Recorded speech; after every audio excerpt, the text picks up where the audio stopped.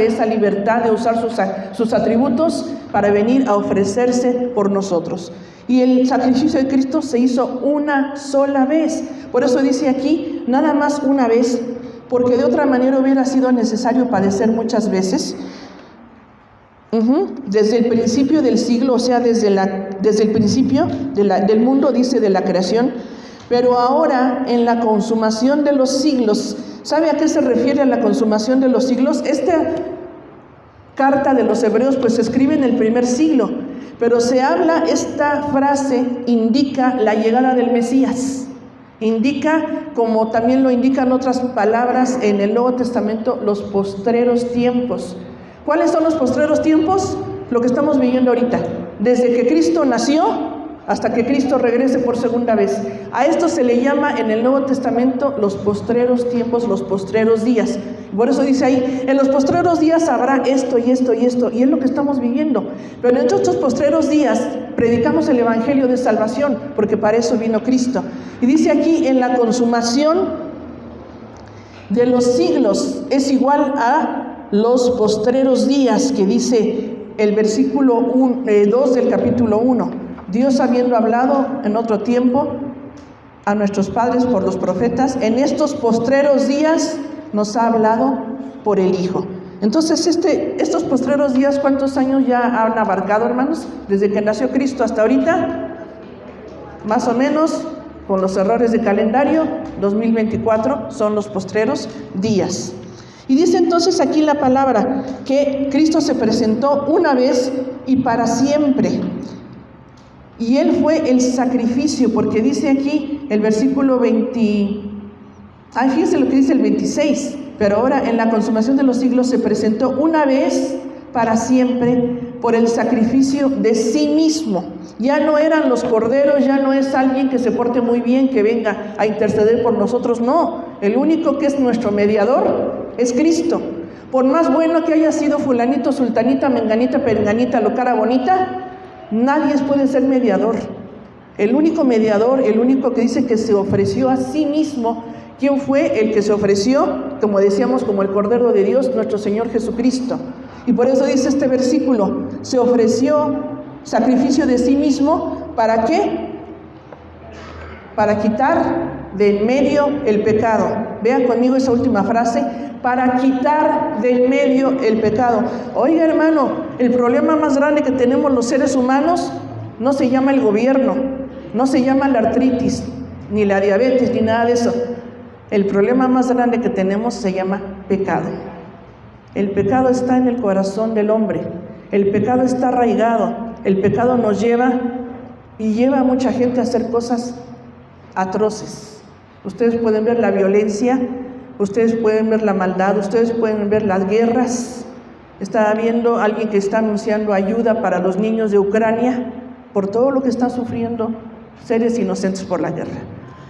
Qué tremenda es la maldad del hombre, qué tremendo el problema del pecado, pero nadie lo puede solucionar.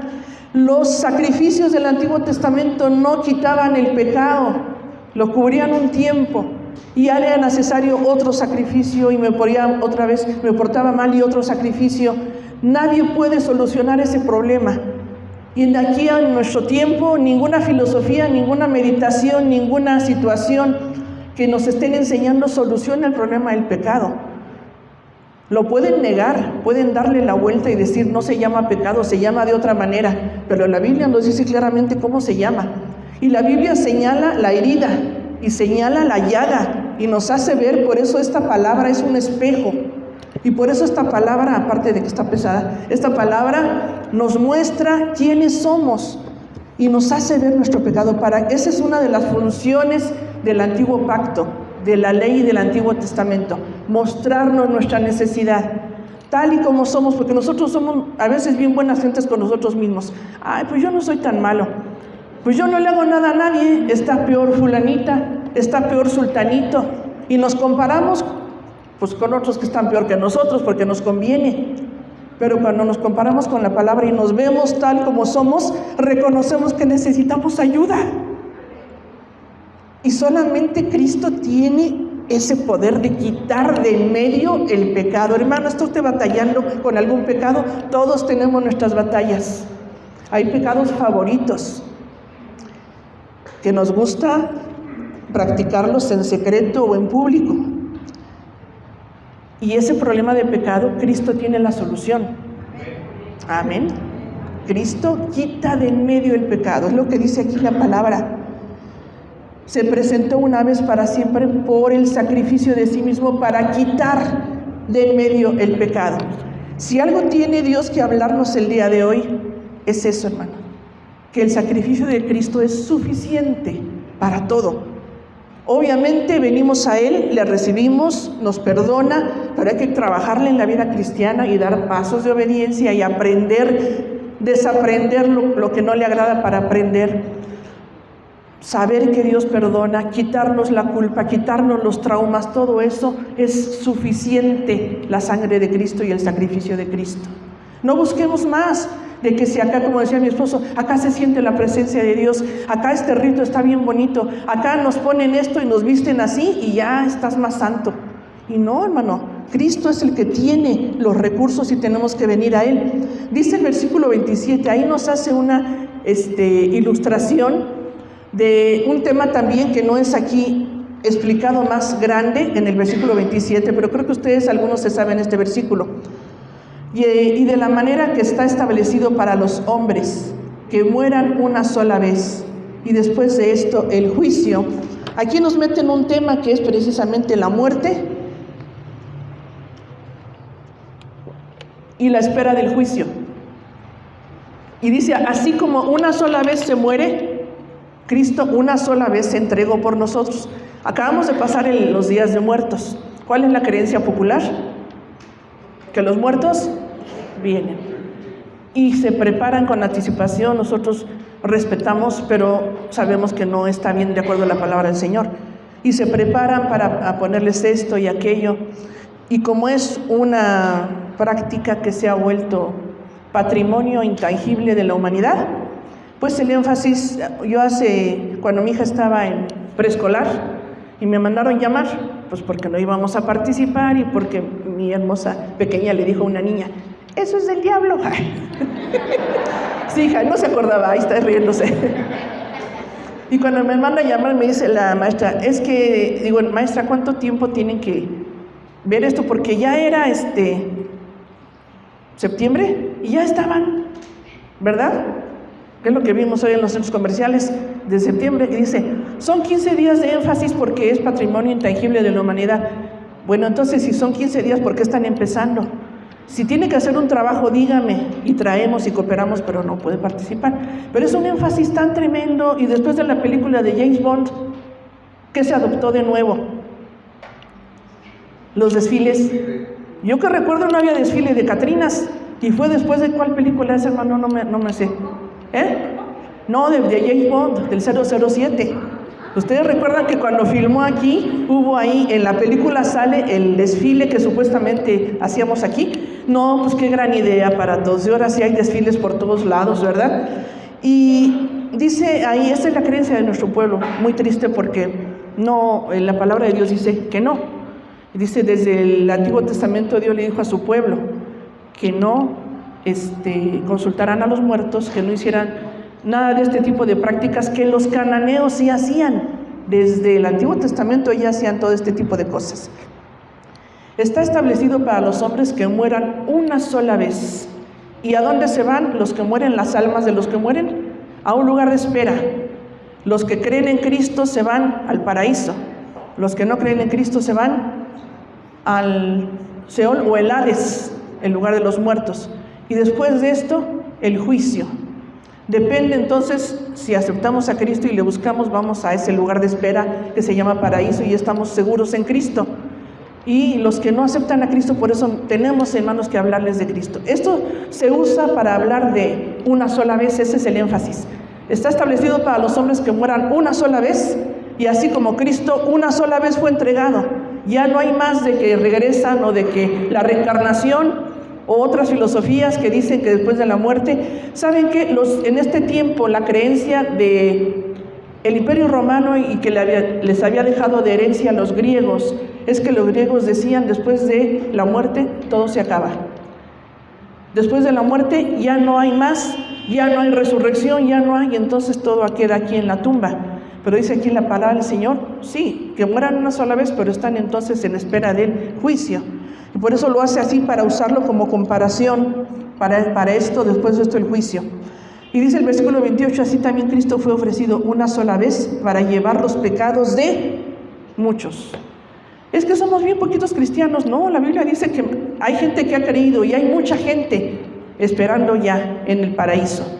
Y hay mucha gente que sigue creyendo. Obviamente somos muchos los habitantes de este mundo en este 2024. Hay que predicar, pero dice ahí que el Señor lleva los pecados de muchos. ¿De quiénes? Los que se acercan a creer a Él. Esos muchos que van a acercarse, que van a reconocer su necesidad de Dios, como ya lo hicimos nosotros, que van a arrepentirse y decir, Señor Jesús, tú eres el único mediador, el único sacrificio. Toma mi vida, limpia mis pecados, perdóname, transfórmame. Todos esos son los que dice aquí, muchos. Y la tercera comparación en la última parte del versículo 28. ¿Cuál es nuestra tercera comparación? Aquí la vemos en el versículo 28. Dice, leemos, los que tienen su Biblia lean conmigo, desde punto y coma. Y aparecerá por segunda vez sin relación con el pecado para salvar a los que le esperan. ¿Cuál es nuestra tercera comparación? Compara la primera venida de Cristo con la segunda venida, porque dice ahí que aparecerá. Ahí la palabra es un verbo que significa ver físicamente, porque dice la Biblia que cuando el Señor venga, todo ojo le verá. ¿Cómo va a ser ese milagro? Tremendo, todo ojo le va a ver cuando Cristo venga. Ahora vamos a hablar de la primera venida. La primera venida de Cristo fue su nacimiento, lo que vamos a recordar ahora en Navidad. Cristo vino, nació, dice la Biblia, aquel verbo se hizo carne y habitó entre nosotros y vimos su gloria. Ese bebecito vino en su primera venida como un pequeñito, creció siendo un adulto de 30 años, tuvo su ministerio 3 años y medio y después fue a la cruz del Calvario. Esa primera venida no termina en la cruz, termina en la ascensión, porque después de que Cristo murió, venció la muerte, resucitó y después dice la palabra del Señor que Él subió al cielo, ascendió. Y dice el libro de Hechos que cuando ascendió y los discípulos que estaban ahí viendo ese gran milagro, vieron que Él subió al cielo, dijeron los ángeles, ese mismo Jesús que ustedes han visto, dice, así regresará, así como lo han visto, así va a regresar. ¿Y saben qué, hermano? Estamos en espera de eso. Y tenemos que estar expectantes. Es inminente. Puede pasar en cualquier momento. Pero no digamos como algunos desde el primer siglo, ya tardó mucho, no va a venir. A lo mejor no es cierto, porque el Señor va a regresar. ¿Cómo va a regresar? En las nubes. Primeramente regresa en las nubes y viene el arrebatamiento. Dice, sonará con voz de arcángel y con trompeta de Dios, descenderá del cielo en las nubes, no tocará tierra. Y los muertos en Cristo resucitarán primero. Los que ya se fueron, que se nos adelantaron, resucitarán primero. Y luego nosotros los que vivimos seremos arrebatados. Yo quiero ir con el Señor de esa manera. No sé si usted quiera, pero le digo, Señor, ven pronto. Pero que nos encuentres trabajando. Y qué hermoso podría ser arrebatados, hermanos. O terminando el culto. Es más, si quieren antes de la ofrenda, para que yo no tenga que... Qué hermoso sería ser arrebatados, dice la Biblia, y serán, luego nosotros los que vivimos seremos arrebatados. Y así estaremos con el Señor. Y empieza ahí arriba las bodas del Cordero. Pero aquí en la tierra empieza la gran tribulación y el tiempo del anticristo. Póngase a cuentas con Dios. Con Dios no se juega. Estamos jugando a la fe. No dejamos los pecados, que es lo que tenemos que dejar. No buscamos a Dios con todo el corazón. Para eso Dios nos manda esta palabra. Preparémonos para el encuentro con el Señor, como dijo con los profetas. Cuando terminan los 7 años, viene Cristo y toca tierra. Y esa es la segunda venida. Y viene al monte de los olivos a gobernar a todas las naciones 1000 años. Dice que gobernará con vara de hierro, y muchos creerán en él, pero muchos no. Todavía el corazón del hombre. Y en esos 1000 años Satanás va a estar atado 1000 años, y aún así la gente endurece el corazón. Para que no le echemos la culpa al diablo de todo, ¿verdad? Porque a veces decimos, no, es el diablo que me mete el pie.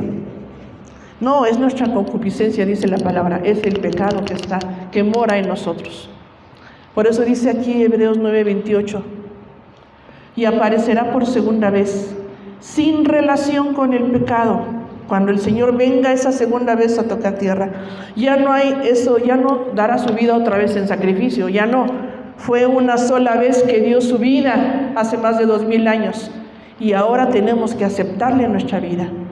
Aparecerá sin relación con el pecado para salvar ¿a quiénes? A los que le esperamos.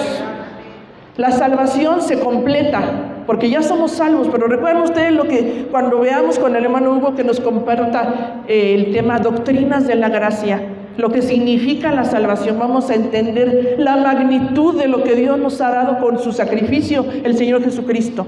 Y la salvación es un enorme regalo, como lo explico con los niños y ahora con los jóvenes también se los he explicado. Es un gran regalo que tiene adentro otros pequeños regalos. Y lo que significa la salvación, nos salva de las consecuencias del pecado, de la muerte, que es la paga del pecado es muerte, pero nos adopta como hijos suyos, la adopción, nos regenera, que quiere decir que nos hace nacer de nuevo, nos justifica, o sea, nos llaman inocentes aunque hemos sido culpables, porque ahora a través de Cristo somos inocentes, porque Cristo pagó en la cruz del Calvario. Y vienen varios regalos, y saben que quedan todavía algunos por abrir. Estamos con el regalo de la santificación, viviéndolo y aprendiéndolo, y hay uno que se llama la glorificación. Ese pequeño regalo, ¿qué significa, hermanos, que ya saben de este término?